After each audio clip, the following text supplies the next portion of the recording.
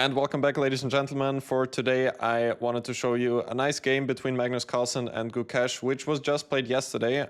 If some of you might have missed it, the Clutch Chess Champions Showdown, if I remember it correctly, the name started yesterday in St. Louis. And it's quite a cool format from what I could see. So it's 4 players, but 4 of the strongest players in the world currently, which is Magnus Carlsen, Hikaru Nakamura, Fabiano Caruana, and the reigning world champion Gukesh, which is a very exciting field. And they are playing these mini matches, and I believe rapid chess, I guess also later on blitz chess as well. And they have the mini matches, so they always have one black game and one white game, so one game with a rematch. And I was watching the tournament live yesterday with the commentary from David Howell on Take, which I can highly recommend. I hope that he's going to cover it in the next few days as well. There is, of course, also the live coverage on the St. Louis channel, which is also always great to watch, especially if Yasser Seirawan and Maurice Ashley, both kind of OG commentators, are there. That's always fun to watch as well. But yesterday I was watching Howell's commentary. And the first game between Magnus Carlsen and Gukesh, so the first game of the whole tournament, and their first encounter as well in their match, because they had a rematch after that as well, which ended in a draw, by the way, was a fantastic game by Magnus Carlsen against Gukesh with many twists and turns and many interesting moments. So therefore, I wanted to show you guys that game.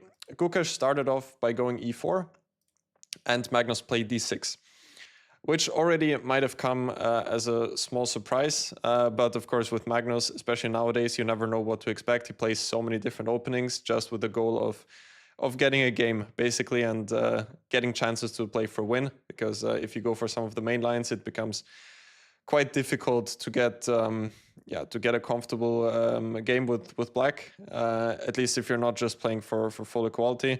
And especially against Gukesh, who has a huge team behind him working and is becoming even better and better in the openings, especially that he has played the World Championship match recently as well. A few quick words maybe also about their encounter. I mean, between Gukesh and Carlsen, I can assume that always when they're playing against each other, it must be quite a tense encounter, because Magnus, of course, always wants to prove himself to still be the best player in the world, which, quite obviously he still is, but still he wants to prove that by having good results against the younger generation in particular. And of course, with Gukesh, it's kind of the other way around, that he is the world champion, and which, of course, deservedly so, just as a note. But of course, as the world champion, you want to be able to also have a good score against none other than Magnus Carlsen as well. So there is always this quite interesting psychological component when they are playing against each other. So it was the Philidor, which I was immediately thinking about the game Dragnev against Carlsen, because in the previous Olympiad, Austria played against Norway, where I was also sitting there and playing on board 3, in fact, against their youngest promising player, Amar Elham, where I was, in fact, the only player to being able to win against Norway, and in the end, the match ended 3-1. And on board 1, Magnus Carlsen was playing against Valentin Dragnev, and there Magnus also played the Philidor against Valentin. So after knight f3, now knight d7, we are following the main line here. White can also take on e5 and take on d8, but this type of endgame is generally considered to be quite solid for black. They can develop with bishop d6, a6, or even c6 at some point. And even though the king on d8 can become weak in some lines, typically it's not really the case, because queens are already off the board. So Gukesh played knight f3, now knight bd7. This is the classical continuation. There is also this, I think it's called the Antoshin variation, to take on d4 and go bishop e7, which was one of my favorite weapons when I was like 12, 13, 14 years old. But the line is not that great, especially this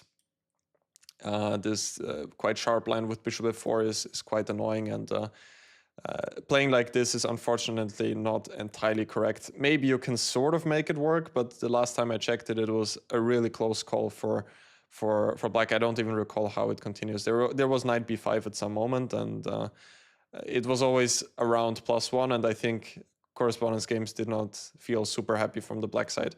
But if you're curious about this line, I think that there were some developments now with this move knight c6, if I recall correctly. I think Mamedyarov played this at some point and then just going into some position like this, trying to push c5, a6, b5. Even Magnus at some point had a Title Tuesday game, if I recall that correctly. But knight d7 is surely the safer setup here, just solidifying the center. White Gukesh went bishop c4. There are also quite a few tries for white here nowadays. Like the very modern move g4 is possible, sacrificing the pawn and playing for an attack on the king side, or rather an initiative. There are numerous ideas with the move g4. For example, h3 is also quite popular nowadays, or rook g1 especially, also with the idea to push g4. But bishop c4 has always been the classical line. Now bishop e7, short castle, short castle. And here Gukesh played the move a4. Black always needs to watch out in this line for tricks like this with bishop takes f7. So rook e8 would be a terrible blunder here, because in this line after knight g5 check, the king has to move and knight d6 traps the queen on d8.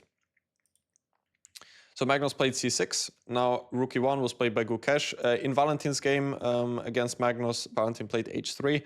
And it was quite similar, I would say, from how the game was developing. Magnus also took on d4 there and went bishop f8. This seems like something he generally likes to do, to go in this type of King's Indian structure, you could even say, just that the pawn is on c2, not on c4, and then trying to find counterplay against the pawn on e4.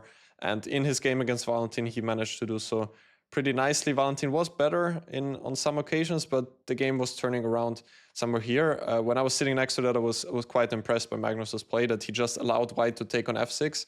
But practically speaking, this looked quite difficult for white, and therefore also Valentin did not go for this position, because it feels like black is going to free his position with f5, and then the bishop pair is going to be very strong. In fact, this would have been the best way for white, but Valentin chose bishop g3, and now I think he missed this move c5, and after that Magnus was already borderline winning, because after b takes c5, rook takes c5 picks up either the a5 pawn or the c2 pawn or the e4 pawn, or almost all of them, in fact. So Valentin played queen d1, and here Magnus found this brilliant exchange sacrifice. For just a pawn, he just has one pawn for the exchange, but has just fantastic domination over especially the dark squares. Also has the c file for him, and white has no open files for the rooks, because the b4 pawn is protecting the b file, and the e4 pawn is fully shutting down the e file as well. So this is how the game progressed. Magnus played rook c8, d6, queen c5, c3, b takes c3, queen b3 check, queen c4, queen takes b7, now queen e6. And Magnus still only has one pawn for the exchange, now even doesn't have any more pawns, but he does win the pawn on d6. And this c3 pawn just, in the end, decided the game. There was one more moment which I thought to be quite nice in the game, after rook b8, queen a7, queen d6. First of all, the queen is actually trapped on a7, it doesn't have any squares to go to. Of course, it's not attacked just yet. But Magnus just slowly improved his position, and that was the moment where I was really thought it would be nice to point out Magnus's next move. Just a call move king h7. Just slowly improving his position further in case there could be a check on the 8th rank. And white doesn't have any sensible moves in the position anymore, so Valentin tried rook c1. Magnus took on c1, rook b1. And here it's just over, because white cannot take on c2 because it would be checkmate on d1. Valentin tried queen e3, but now queen d1, a7, queen takes c1, and Valentin resigned. I thought that was a pretty impressive game by Magnus as well. The point is here that if white takes a queen, black takes on f1, and here it's going to be checkmate. Anyway, that was a quick excursion, actually not so quick after all. So let's get back to the game between Gukesh and Magnus, where Gukesh went for the move rook to e1. Magnus played h6, again preparing the move rook e8 without allowing any tricks with knight g5. Gukesh played h3, now rook to e8, and here bishop e3. So that was one of the ideas of going h3, show that after bishop e3, knight g4 is not in the position anymore. Here Magnus decided to take on d4, which we've also seen in the game of Magnus against Valentin, the same type of structure. And now Gukesh took with the bishop, which is the right call in this exact position. Generally, white typically takes with a knight on d4, but here the problem is that the pawn on e4 immediately becomes quite weak, and black can go after it, for example, with knight c5 in this exact position. So therefore Gukesh took on d4 with the bishop. Now bishop back to f8, opening up the e-file. Knight d2 was played, which generally I felt like is a little bit of a strange move, but in fact it's not a bad move. I just felt like a move like bishop b3 would be a little bit more natural, but he decided to protect the pawn on e4 even further. Maybe he didn't want to allow something like this with knight c5, but here I thought that white typically would even be quite happy to take on c5 to ruin the pawn structure and more play for the light squares here. For example, now if I look at it, maybe something like this would be possible when f7 could be weak, and black would need to go for some position like this, which does look a bit bad. So probably knight c5 would be a mistake here. Anyway, Gukesh played knight d2, guarding the pawn on e4 even further. Knight e5, bishop goes back to f1, so maybe he preferred to have his bishop there. Knight to g6, now a5, bishop e6, and Magnus's plan was to go for d5 to clarify the situation in the center. Gukesh played g3, and now after d5, Magnus in fact equalized, but after bishop g2, he played the move bishop b4, which was probably a bit too optimistic. He should have just clarified the situation finally in the center like this, and here I don't think that black should be having any difficulties. If one side is better, it's probably still white, because you cannot go rook d8 immediately in most cases, because the a7 pawn would be hanging, and this pawn on a5 is a bit disturbing, but in the worst case, black can just go b6 and then go rook d8. After bishop b8 now, what Gukesh could have done is taken on f6 and then on d5, which could have been a bit more favorable for him. Instead, he went a6 first, which was also a decent move. And after b takes a6, also here, in the end, Gukesh was in fact a little bit better after those clarifications. And now c3, attacking the bishop on b4, and now he took on a6. So why is white better in this position? First of all, the bishop on d4 is very active, but most importantly, black does have some weaknesses, especially the pawn on a7. But from here on, Magnus basically plays an absolutely perfect game, and it starts with his next move, queen b5.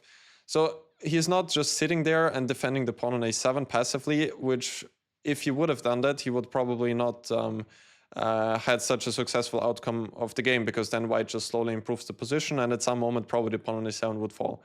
So he immediately looks for active play, which is quite a remarkable thing of his playing style, that what I observed, whenever Magnus can defend actively rather than passively, he tries to choose that direction, which is the right approach in my opinion generally, because sitting passively does work in some cases, and sometimes you need to do that if you don't have any active possibilities, but I feel like Magnus does that especially well.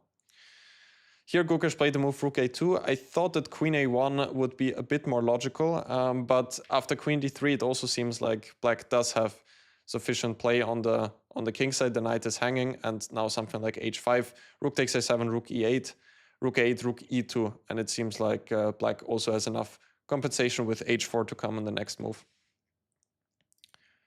So Gukesh played rook a2, which keeps the queen closer to white's king. Now Magnus played a5, queen to a4, and now of course not going to the endgame, but Magnus being very optimistic with the move queen to d3. If black would go to this endgame, he would need to suffer here, because the pawn on d5 would most likely drop, and maybe this is a draw, but it would be very, very close and offer great winning chances for white. So Magnus played queen d3, activating the queen and attacking the knight on d2. Gukesh played knight f1, and here there was a very, very impressive move by Magnus, at least in my opinion. If you want to use this as an exercise, you can stop the video right here. I think what Magnus was thinking here is that he wants to activate the rook on a8. And obviously he would like to play the move rook e8 here, but that does not work because the queen can just capture the rook. So he tried to find a way to do that, and he did so by just playing the move rook to a6. So actually quite simple if you think about it like this, but still a very impressive maneuver in my opinion. He just wants to play rook e6 next and then activate the rook on the e-file, preferably to e1. Gukesh played b4, which is of course quite a serious move, and if black does not have anything active now, white is just going to take on a5 or even play b5, b6, and has a very, very strong outside passer. And of course, black cannot take on b4 because after queen takes a6, the rook drops off. So rook e6 was Magnus's move. Now b takes a5 would be too early because of rook e1, followed by queen takes f1 with checkmate to follow shortly. So Gukesh played the accurate move rook d2. Queen goes back to f5, and now b takes a5. Now Magnus took on h3, which is a very logical move. The computer also gave queen to e1 here and found some draws like this with knight h4. Point is rook takes e1 does not work because knight f3, and it's going to be checkmate shortly. But instead, white can take on h4, queen g6 check, and here it would be a perpetual. And if white goes with the king, then bishop d6 work, and knight g3 would even be a terrible mistake because here black would be winning. I'm not sure if Magnus saw that or if he just decided queen takes h3 is good enough, which is also possible. But it would have given Gukesh a nice chance with queen d1. And here black has to be quite precise to hold. He needs to go h5 and then h4. And I've analyzed this a little bit just out of curiosity. And also black holds with this fantastic idea rook e1, which is the only move. Otherwise the queen would be trapped. And here black is just in time to stop the pawn and go knight c6. It does go on with bishop c5. I was just experimenting here a little bit. And this endgame came out in the end, when objectively speaking, black was still able to hold this. I'll just show you the sample line right here, when it seemed like this endgame is a draw, even though the knight is, of course, in quite a big risk of being trapped. Gukesh went a6 though, also very, very logical, pushing the pawn, but it does allow rook to e1. Now Gukesh played queen b5, and here is the moment where which made me 100% sure that I want to make a video about it, because Magnus just played a move which is out of this world. I don't know how he came up with this. I don't think I would come up with this in a classical game as well. In a blitz game or rapid game, there's absolutely no chance.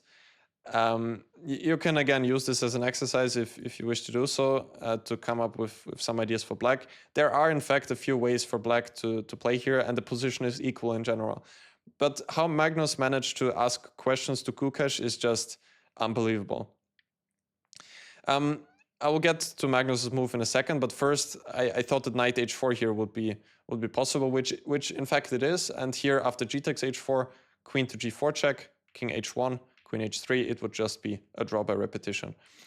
Important here not to take on h4, because then after king g2, queen g4 check, knight g3, white is escaping with the king. There are no more checks, and it would be winning for white.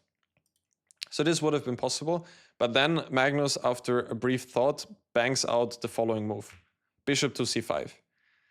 When I saw this, I really couldn't believe my eyes. And in fact, it is probably like by far the best try, practically speaking. So the c5 square is controlled by two of white's pieces, the bishop and the queen. The queen cannot take, because then it would be mate on f1. The bishop cannot take, because then knight e5 comes, and knight f3 is basically unstoppable, and therefore black is winning. The main point behind bishop c5 is actually, it doesn't really even threaten anything, because taking on d4 is not such a huge idea, but the main idea is just that white cannot play a7, because then black could take this important pawn, and after bishop a7, just knight e5. And again, knight f3 would be unstoppable, and black would be winning. So Gukesh played the only move in the position, queen d3. Now the computer gives a couple of moves here which are all around 0-0. Bishop a7 is one of them, which is also an absolutely ridiculous move. Just the point that taking again does not work due to knight e5. But Magnus played it quite humanly. He took on d4 now, c takes d4, and now rook to a1. So after trading the bishops, at least whenever white goes a7, the bishop on d4 does not protect the pawn anymore. And here Gukesh blundered. He played the move rook d1, very, very logical, trying to get rid of this awkward rook on the first rank. Instead, the only move to hold here is the move queen e2, with the idea to play rook a2 on the next move. Queen to e6 would have been black's best here. Black also needs to be careful. If rook a2 is coming, for example, in a position like this would most likely just be lost, because the a pawn is just running through. So queen e6, and then after rook a2, take here. White would probably be able to make a draw without too many difficulties here, because the d5 pawn would fall. But Gukesh played rook d1, and now, again, a small exercise for you. If you want to solve it, you can stop the video here. Magnus played a move after which Gukesh resigned, but in fact, it would have been equal after that. There's only one winning move for Magnus here. I will start with the move which Magnus played, knight to f4. And here Gukesh resigned because he simply could not see the defense. Also, while I was watching live, I didn't see how white can cope with that. The idea is that if white would take, g takes f4, queen g4 check, and on the next move, black just picks up the rook on d1 and has a winning position. The only way for white to defend here, obviously queen f3 also doesn't do anything because black can just take, and again, if white takes, queen g2 would be checkmate. White's only move is knight e3. Just leaving the queen en prise on the square on d3 and just covering the checkmate on g2. The whole point is that after knight takes d3, white has rook takes a1, and now finally this a6 pawn is actually quite dangerous. Magnus would have had to play queen c8, a7, queen to a8, knight takes d5, and now another ridiculous move, knight to e1. The point is that if white takes on e1, black can take on a7. And here it went on a little bit, but yeah, for example, after king f1, black should go knight c2 and then take on d4. And knight c7 doesn't work because of queen h1. And objectively, the best black could get out is an endgame like this, which should result in a draw. So, but Gukesh, of course, he resigned after knight f4. Again, understandable, did not see this defense with knight e3, but it would have been a draw, basically, with perfect play from here on. So what should have Magnus done? It is the move knight to h4. Basically the same idea, just that knight e3 does not work here because of knight to f3 with checkmate. So here white would need to take on h4. Queen g4 check, king h2, rook d1 is also winning for black.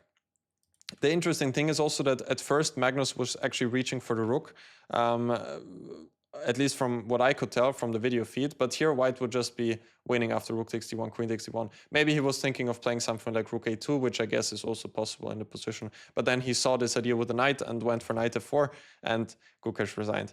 Anyway, this game was just absolutely fantastic, especially this move bishop c5. I was really wondering, like, what is wrong with Magnus? Like, how does he come up with his moves? There's no doubt about it. For me now, he's yeah, my favorite player of all time, and I think the strongest player to have ever existed. That's just my own personal opinion. Of course, everyone is entitled to their own favorite player, but for me, it's definitely Magnus. Yeah, to come up with a move like bishop c5 in a rapid game is just out of this world. Anyway, guys, thank you for watching this video. I hope you enjoyed my analysis. If you did, don't forget to leave a like and subscribe to the channel. You can find my courses and my socials like Instagram and Twitter in the video description down below. And apart from that, I'm going to see you at the World Cup, where I'm going to tomorrow, and hopefully with some recaps of my match against Constantin Lupulescu from Romania there. So again, thank you guys for watching, and I'm going to see you guys soon.